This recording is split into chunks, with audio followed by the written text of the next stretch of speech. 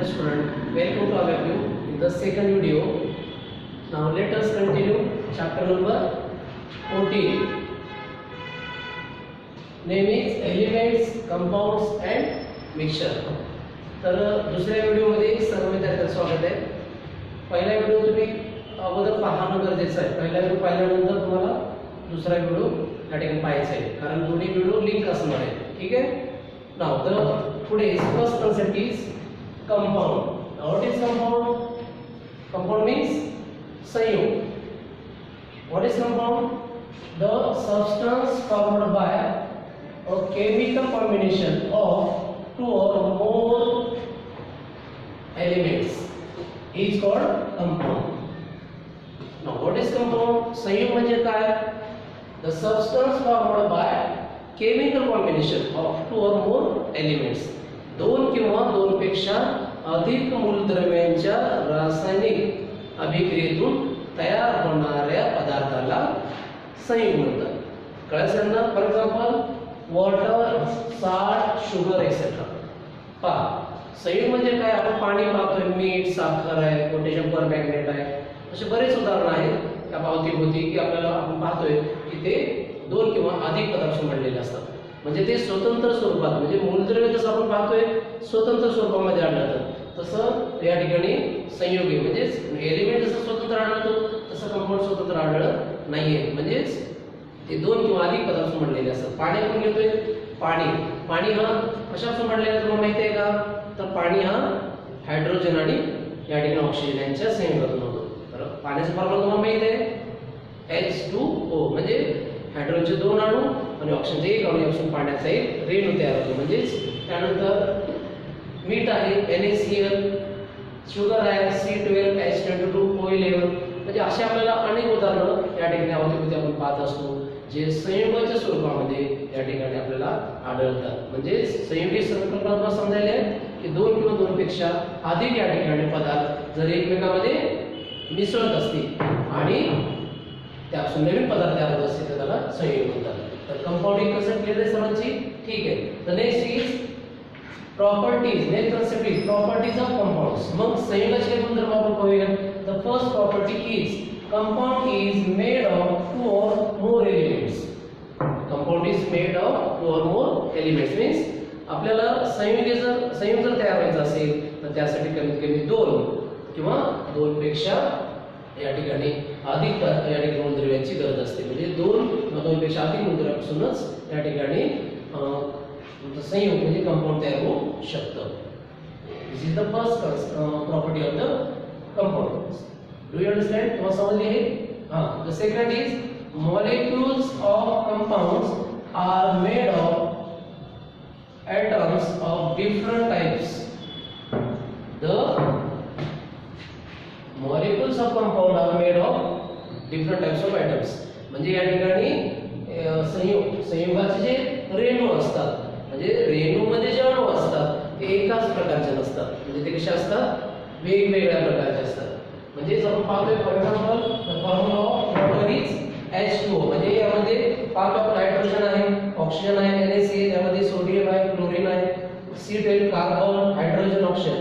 म्हणजे एखाद्या संयुगामध्ये जे रेणू असतात त्या रेणूतले जे अणू असतात, म्हणजे तुम्हाला कळालेलं आहे the smallest particle of the element is called atom and the smallest particle of compound is called molecule. म्हणजे तुम्हाला समजलेलं आहे अणू म्हणजे काय? तर मूलद्रव्याच्या सर्वात लहान कणाला अणू म्हणतात. रेणू म्हणजे काय? तर या ठिकाणी संयुगाच्या सर्वात लहान कणाला म्हणतात. म्हणजेच अणू हा मूळ कण आहे, सर्वात लहान, म्हणजे त्याचं विभाजन करता येत नाही. पण अणू एकत्र आले काय तयार होतो? रेणू तयार होतो. पण याचं वैशिष्ट्य आहे की दोघे आपल्या डोळ्यात दिसत नाही, हे तुम्हाला लक्षात ठेवावं लागेल. तरी पण आपल्याला कन्सेप्ट क्लिअर करून घ्यावं लागेल की संयुगामध्ये जे रेणू असतात त्या रेणूमध्ये जे अणु असतात ते कसे असतात? वेगवेगळ्या प्रकारचे असतात. मूलद्रव्यामध्ये कसे असतात? एकाच प्रकारचे असतात. पण संयुगामध्ये जे अणु असतात त्या रेणूमध्ये ते वेगळे असतात. Now this is the second concept. Second concept बरोबर थोडीशी गुंतागुंतीची होती की मला लक्षात आलंय की मूलद्रव्य आणि संयुग हे वेगळे पदार्थ आहेत. म्हणजेच आपल्याला जर संयुग तयार करायचं असेल तर आपल्याला मूलद्रव्यांची गरज आहे. ठीक आहे. The next is the third property of the compound is proportion of components in the compound is fixed. The proportion of the components in compound is fixed. म्हणजे काय, या ठिकाणी आपल्याला समजा पाण्याचा एक रेणू तयार करायची, म्हणजेच त्यामध्ये असलेले जे काही घटक आहेत, कंपोनंट्स मीन्स घटक, म्हणजेच हायड्रोजनचे 2 अणू आपल्याला समजा पाण्याचा एक रेणू तयार करायची, तर मग आपल्याला हायड्रोजनचे किती अणू घ्यावे लागतील, 2, आणि पाण्याचा 1. यापासून आपल्याला हायड्रोजनचे 2 अणू आणि ऑक्सिजनचा 1 अणू, यापासून आपण पाण्याचा एक रेणू तयार करतो. हे तुमच्या लक्षात आलं. म्हणजे या ठिकाणी आपल्याला ऑक्सिजनचे समजा आपण 1 आणि हायड्रोजनचा 1 आणि ऑक्सिजन जोडले तर पाण्याचा रेणू तयार होईल का, नाही. म्हणजेच या ठिकाणी तुम्हाला जर एक रेणू जर तयार करायचं असेल अणूपासून, तर अणूंची संख्या ही निश्चित असते. हे तुम्हाला फिक्स डोक्यामध्ये बसून घ्यावं लागेल. म्हणजे तुम्हाला तिसरी प्रॉपर्टी लक्षात येईल. क्लिअर आहे सरांची. तिसरा गुणधर्म कळाला, proportion of components in the compound is fixed. म्हणजे त्यामध्ये असलेले जे घटक आहेत, म्हणजेच तुम्ही रेणू तयार करणारा, म्हणजे त्यामध्ये जे अणू आहेत त्या घटकांचे अणू हे निश्चित असतात, ते तुम्हाला कमी जास्त करता येतात. उदाहरणार्थ आपल्याला साखरेचं या ठिकाणी एक रेणू तयार करायची, मग कार्बनचे 12, ऑक्सिजनचे 22, हायड्रोजनचे 22 आणि ऑप्शनचे 11 या पद्धतीनेच घ्यावं लागते. यामध्ये आकड्यामध्ये बदल केला तर आपल्याला रेणू मिळणार नाही. म्हणजेच हा गुणधर्म तो सिद्ध होतो. ठीक आहे. चला नेक्स्ट आपण पाहतोय चौथा गुणधर्म, chemical change takes place during the formation of compound. Now chemical change take place during the formation of compound means जेव्हा या ठिकाणी तुम्ही संयुगाची प्रक्रिया होत असेल, मग तुम्ही पाणी तयार करत असाल, पोटॅशियम परमॅंगनेट तयार करत असाल, किंवा तुम्ही सोडियम नायट्रेट तयार करत असाल, कुठलाही संयुग तयार करत असताना त्या ठिकाणी रासायनिक अभिक्रिया कंपल्सरी आहे. म्हणजे रासायनिक अभिक्रियेशिवाय या ठिकाणी तुमचा संयुग म्हणजे कंपाऊंड तयार होत नाही. हे तुमच्या लक्षात आलं. ठीक आहे. नेक्स्ट घेतो आपण properties number 5 of the compound is chemical method is used for separation. Chemical method is used for separation म्हणजे काय, म्हणजे तुम्हाला जर संयुगामध्ये घटक वेगळे करायचे तर आपण पाहिलं की पाण्याचा एक रेणू कसा तयार झाला, हायड्रोजनचे 2 अणू आणि ऑक्सिजन 1 अणू, पाण्याचा एक रेणू तयार झाला. मग आपल्याला वेगळं करायचे, पाण्याला वेगळं करायचे, हायड्रोजनला वेगळं करायचे. मग परत पाण्यामध्ये वेगळं ऑक्सिजन आणि हायड्रोजन वेगळं करायचे, तर तुम्ही काय करणार, परत या ठिकाणी तुम्हाला परत केमिकल म्हणजे रासायनिक प्रक्रिया करावी लागेल. तो या ठिकाणी यावर सिद्ध होतं आपल्याला 5वा गुणधर्म. हे तर सर्वांना समजला. ठीक आहे. द शेवटचा गुणधर्म आपण घेतोय, the 6th property of the compound is new substance is formed due to the formation of compound. म्हणजे संयुग तयार होत असताना नवीन पदार्थ तयार होतात. आपण एक उदाहरण घेऊया, पाण्याचं उदाहरण घेऊ. पहा पाणी कसं तयार होतं, हायड्रोजनचे 2 अणू आणि ऑक्सिजनचा 1 अणू यापासून पाण्याचा एक रेणू तयार होतो. मग आपल्याला हायड्रोजनचा गुणधर्म माहिती आहे. हायड्रोजन हा काय आहे, ज्वालाग्राही आहे, म्हणजे तो जळायला मदत करतो. या ठिकाणी नायट्रोजन हा ज्वलनशील आहे, तो काय करतो, हायड्रोजन हा स्वतः जळतो आणि ऑक्सिजन हा जळायला मदत करतो. पण त्या दोघांपासून तयार होणारं पाणी पहा, आपण पाणी पिल्यावर आपल्याला स्फोट होतो का, पाणीमध्ये स्फोट होतो का आपल्या शरीरामध्ये, नाही होत. म्हणजेच यामध्ये सिद्ध होतं की जेव्हा संयुगाची प्रक्रिया होत असते तेव्हा या ठिकाणी नवीन पदार्थ तयार होतो. म्हणजे जे काही मूळ म्हणजे जे काही मूलद्रव्य असतात त्यांचे गुणधर्म कायम राहत नाहीत, ते निघून जातात आणि नवीन पदार्थ तयार होतो. त्यामुळे त्या नवीन पदार्थाचे नवीन गुणधर्म तयार होतात. हे तुम्हाला लक्षात घ्यावं लागेल. Now there are 6 important properties of compounds. Do you understand. तुम्हाला 6 गुणधर्म तुम्हाला समजले. तरी समजत नसतील तर तुम्ही परत वाचा, व्हिडिओ परत पहा, ते तुमच्या थोडंसं लक्षात येईल. ठीक आहे. The next concept is molecular formula. म्हणजेच रेणूसूत्र. So what is meant by molecular formula of compound? The formula shows that compound is made from which elements and its number of atoms present in the molecules. आता molecular formula म्हणजे काय, म्हणजे असं सूत्र जसं आपल्याला गणितामध्ये वेगळे सूत्र आहेत.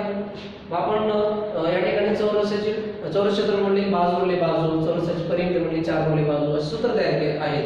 त्याप्रमाणे गणितात या ठिकाणी विज्ञान जसं गणितामध्ये सूत्र आहेत त्याप्रमाणे विज्ञान देखील तुम्हाला सूत्र पाठ करावे लागतील. आपण पाहतोय H2O हे पाण्याचे सूत्र आहे, NaCl हे मिठाचं रेणूसूत्र आहे, C12H12O11 हे साखरेचं आहे.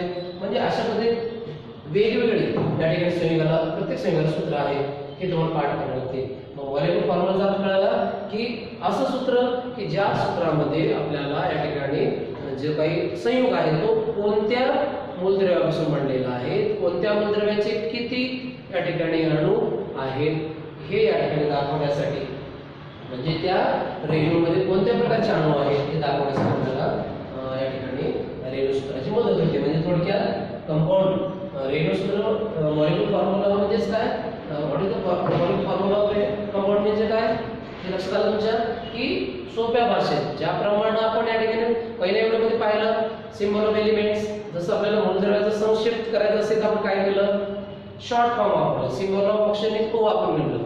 तसं या ठिकाणी हे देखील शॉर्ट फॉर्मच आहे म्हणून ते कंपाऊंड्स आहे, हे तुमच्या लक्षात घ्यावं लागेल. म्हणजे सिम्बॉल ऑफ एलिमेंट हे एलिमेंटचं शॉर्ट फॉर्म आहे आणि molecular formula compound short form आहे. जसं आपण पाहिलं symbol of hydrogen is H, molecular formula of water is H2O. हे तुमच्या डोक्यात आलं. या दोन्ही कन्सेप्ट वेगळे आहेत, डिफरंट आहेत, हे तुमच्या डोक्यात बसलेलं असेलच की हा फॉर्म्युला कशाचा आहे, कंपाऊंडचा आहे. म्हणजेच आपण सिम्बॉल ऑफ एलिमेंटची मदत घेऊन मॉलिक्युलर फॉर्म्युला तयार करत असतो, हे तुमच्या लक्षात आलं असेल. पहा सोडियम सोबत आपण घेतले नाही, क्लोरीनची Cl, मग या ठिकाणी मॉलिक्युलर फॉर्म्युला सोडियम क्लोराइड का तयार झाला, NaCl. मग तुमच्या लक्षात आलं सिम्बॉल ऑफ एलिमेंट पासून आपण मॉलिक्युलर फॉर्म्युला तयार करत असतो. हे तुम्हाला थोडं पाठांतर करून घ्यावं लागेल. ठीक आहे. The next concept is mixture. The third concept in the topic is mixture means मिश्रण. मिश्रण म्हणजे काय ते आपण बघूया. The substance is formed by mixing of different elements और कंपाउंड्स इज कॉल्ड मिक्सचर. मग मिश्रण म्हणजे काय की दोन किंवा दोनपेक्षा अधिक मूलद्रव्ये किंवा दोन किंवा दोनपेक्षा अधिक मूलद्रव्ये किंवा संयुगे एकमेकात मिसळून तयार होणाऱ्या पदार्थाला मिश्रण म्हणतात. म्हणजे या ठिकाणी घटक पदार्थ ठरलेले नाहीये. जसं आपण पाहतोय कंपाऊंड तयार करताना आपल्याला एलिमेंट्सच पाहिजे, पण इथं या ठिकाणी मिश्रण तयार करताना तुम्ही एलिमेंट्स घेऊ शकता किंवा या ठिकाणी कंपाऊंड पण घेऊ शकता. म्हणजे मिक्सचरसाठी आपल्याला इथं निश्चित नाहीये. फॉर एक्झाम्पल भेळ, शरबत, टी. आता तुम्ही भेळ या ठिकाणी खाता, भेळ तुम्ही पाहिलेला, भेळमध्ये एक पदार्थ नाही, वेगवेगळे प्रकारचे पदार्थ आहेत. किंवा तुम्ही चहा या ठिकाणी पिता, शरबत आहे, खिचडी आहे, असे काही ज्यामध्ये अनेक पदार्थ मिक्स आहेत, ज्यामध्ये एलिमेंट पण आहेत आणि कंपाऊंड पण आहे, अशा पासून बनलेल्या पदार्थाला मिश्रण म्हणतात. हे तुम्हाला कळलं? ठीक आहे. Next is properties of mixtures. Properties of mixture. मग आपण मिश्रणाचे गुणधर्म पाहूया. The first is the proportion of various component is not fixed in the formation of mixture. म्हणजे मिश्रण तयार होताना आपल्याला त्यामध्ये जे घटक आहेत त्या घटकांचं प्रमाण या ठिकाणी निश्चित नाहीये. जसं आपण पाहिले the proportion of the component in the compound is fixed. म्हणजे या ठिकाणी डिफरन्स परीक्षेला राईट द डिफरन्स बिटवीन म्हणजे लिहित आलं पाहिजे कंपाऊंड आणि मिश्रणामध्ये. म्हणजे या ठिकाणी कंपोनंट कसे फिक्स आहे, तिथं मात्र फिक्स नाही. उदाहरणार्थ आपण या ठिकाणी चहा बनवतो, चहा बनवताना आपण मोजून घेणं घेतो, साखर किती लागणार आहे, चहा पत्ती किती लागणार आहे. किंवा आपण भेळ तयार करताना मोजून घेतो का, सुरमुरे, साखर, सुरमुरे असतील, शेंगदाणे असतील, डाळवे असतील, मोजून घेतो का आपण? नाही. म्हणजे जो पदार्थ तयार करताना आपण अंदाजे या ठिकाणी तो घटक घेतो, तो तयार झालेला पदार्थ म्हणजेच मिश्रण. हे कळालं तुम्हाला? Now this is the first concept. Second is no chemical change take place during the formation of mixture. No chemical change take place during the formation of chemical. म्हणजे in the mixture म्हणजे मिश्रण तयार होत असताना या ठिकाणी कोणतीही रासायनिक अभिक्रिया होत नाही. मग रासायनिक अभिक्रिया होत नाही म्हटले की बदल नाहीच, तो पदार्थ कशाला तसा राहणार. ओके, हे लक्षात तुमच्या एक डोक्यात ठेवावं लागेल तुम्हाला. रासायनिक बदल म्हटले की नवीन पदार्थ तयार होणार, परंतु तिथं रासायनिक क्रिया होतच नाहीये. उदाहरणार्थ आपण या ठिकाणी पहा, शरबत तुम्ही पिता, मग शरबत पिल्यानंतर पहा तुम्हाला शरबतसाठी आपण काय काय घेतो, साधारणतः मीठ, साखर, पाणी, लिंबू, बरोबर. मग आता आपण जेव्हा पितो तेव्हा तुम्हाला साखरेची चव लागते, मिठाची चव लागते, या ठिकाणी पाणी पेचं असतेच आपल्याला लागते, म्हणजे लिंबू चव लागते. म्हणजे सगळे पदार्थ त्यामध्ये आहेत. याचा अर्थ ते पदार्थ निघून गेलेले नाहीये, त्याच्यामध्ये केमिकल बदल झालेले नाही. हे आपल्याला दुसऱ्या गुणधर्मावरून लक्षात येतं. हे तुमच्या पुस्तकात लागले. म्हणजे मिक्सचर तयार असताना कोणतीही रासायनिक अभिक्रिया होत नाही. No chemical change due to the formation of the mixture. Okay, now this is the second property of the mixture. The third is no new substance is formed during the formation of the mixture. म्हणजे मिश्रण तयार होत असताना नवीन पदार्थ तयार होत नाही. आताच म्हटल्याप्रमाणे तुम्ही या ठिकाणी शरबत जेव्हा पिऊ लागलात, शरबतमध्ये साखरेची चव आहे, साखर तसाच आहे, मीठ आहे, तुमचं लिंबूचं सायट्रिक ऍसिड आहे, सगळं काही तसंच आहे. म्हणजे त्यामध्ये नवीन पदार्थ तयार होत नाही. No new substance formed due to the formation of the mixture. तुमच्या लक्षात येऊ लागले.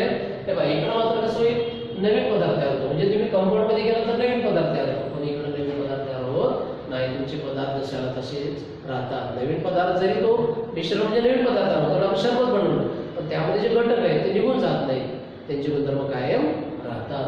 हे कळलं सगळ्यांना? ठीक आहे. The next property, physical method is used for the separation of the mixture. मग तुम्हाला मिश्रण वेगळं करायचं, तुम्हाला चिवडा आहे, चिवड्यामध्ये पदार्थ आपण वेगळे करू शकतो. मग त्याचं तुम्ही सिंपल मेथड वापरू शकता. We use physical method. मग तुम्हाला फिजिकल म्हणजे भौतिक पद्धत म्हणजे कोणती? मग ते फिल्टरिंग असेल, पिकिंग असेल, सिफ्टिंग असेल, सॉर्टिंग असेल. तुम्ही वेचून त्यातले चुरमरी बाजूला काढू शकता, शेंगदाणे बाजूला काढू शकता, किंवा फिल्टर करून तुम्ही त्यामध्ये मीठ काढू शकता. याचा अर्थ काय? आपल्याला या ठिकाणी मिश्रणातले घटक जर वेगळे करायचे असतील तर तुम्हाला भौतिक पद्धत वापरावी लागते. या ठिकाणी आपल्याला रासायनिक पद्धत वापरावी लागते. म्हणजे तुम्हाला डिफरन्स दोन्हीचा फरक कळू लागलाय तर दोघांच्या प्रॉपर्टीज जर एकत्र आणून अभ्यास केला तर तुम्हाला दोन्हीचा डिफरन्स लक्षात येईल. आणि डिफरन्सचा प्रश्न, फरक लिहा, प्रश्न येतो परीक्षेला, तो तुम्हाला सहज देता येईल. Now these are 4 important properties of mixture. Do you understand? Yes, म्हणजे तुम्हाला कळालेले. कळालं सगळ्यांना? ठीक आहे. The next and the last point in this topic is separation methods. मग आपण आता मिश्रणातून पदार्थ मिश्रण झालेले आहे, मग ते पदार्थ वेगळे करायचे, त्यासाठी आपण मेथड वापरतो. Now there are 2 types of the methods. First is simple methods and the second is special methods. मग आपल्याला मिश्रणातले पदार्थ वेगळे करायचे असतील तर आपल्याकडे 2 पद्धती आहेत. एक आहे साधी पद्धत आणि दुसरी आहे विशेष पद्धत. Now there are now we with some importance simple methods are filtering म्हणजे शुद्ध करून घेणे, सिफ्टिंग उचलणे निवडणे, पिकिंग निवडणे, सॉर्टिंग त्यामध्ये गोळा करणे असेल, म्हणजेच त्यामध्ये उकळणे असेल किंवा वेचणे असेल, पाखडणे असेल, जे आपण घरी सहज वापरतो. आता पोहे खात असताना आपण त्यातल्या मिरच्या बाजूला काढतो निवडून. म्हणजे हे सध्या त्या पद्धती कशामध्ये येतात? सिंपल मेथड मध्ये. you have studied in the previous standard these method. Okay, मग या मेथड तुम्ही गेल्या वर्षी शिकलेला, यावर्षी आपण काही शिकणार नाही, पण तुम्हाला याचा अभ्यास झालेला आहे. मग आपण यावर्षी काय शिकणार तुम्हाला माहिती बॉडी मध्ये special methods. Now see the next point is special methods of for the separation of the some mixed substances. मग आता मिसळलेले पदार्थ आपल्याला जर आता साध्या पद्धतीने जर ते बाहेर निघत नसतील, मग आपल्याला समजा पाण्यामध्ये मीठ विरघळलेलं आहे, मग तुम्ही ते फिल्टर करून, पिकिंग करून, शिफ्टिंग करून, सॉर्टिंग करून काढू शकता का? काढू शकत नाही. मग आपल्याला स्पेशल मेथड वापरावी लागते. Now there are special methods to the separation. Use the separation.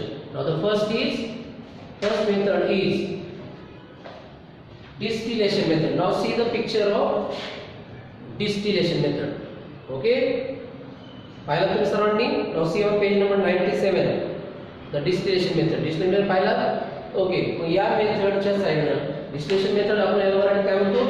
ऊर्ध्वपातन पद्धत असं म्हणतो आपण. याला आपण काय म्हणतो? ऊर्ध्वपातन पद्धत. Now what is the use of distillation method? याचा यूज काय? It is used for purification of impure liquids. impure liquids म्हणजे काय? दोन असे पदार्थ, म्हणजे एखादा पदार्थ विरघळणार असेल, तो पूर्णतः विरघळून गेला असेल, कारण पाण्यामध्ये मीठ किंवा साखर विरघळून जाते किंवा पोटॅशियम परमॅंगनेट असेल. मग आता पाण्यामध्ये जर आपण उदाहरण घेतलेलं आहे साल्टी वॉटर, पाण्यात मीठ विरघळले आहे, मग आपण ते सिंपल मेथड काढू शकत नाही, त्याला वेगळं त्या दोघांना वेगळं करू शकत नाही. मग कोणती मेथड वापरणार? Distillation method. मग या मेथडचा तुम्ही वापर केला डिस्टिलेशन मेथडचा तर या मेथडनं तुम्ही मीठ आणि पाणी वेगळं करू शकता.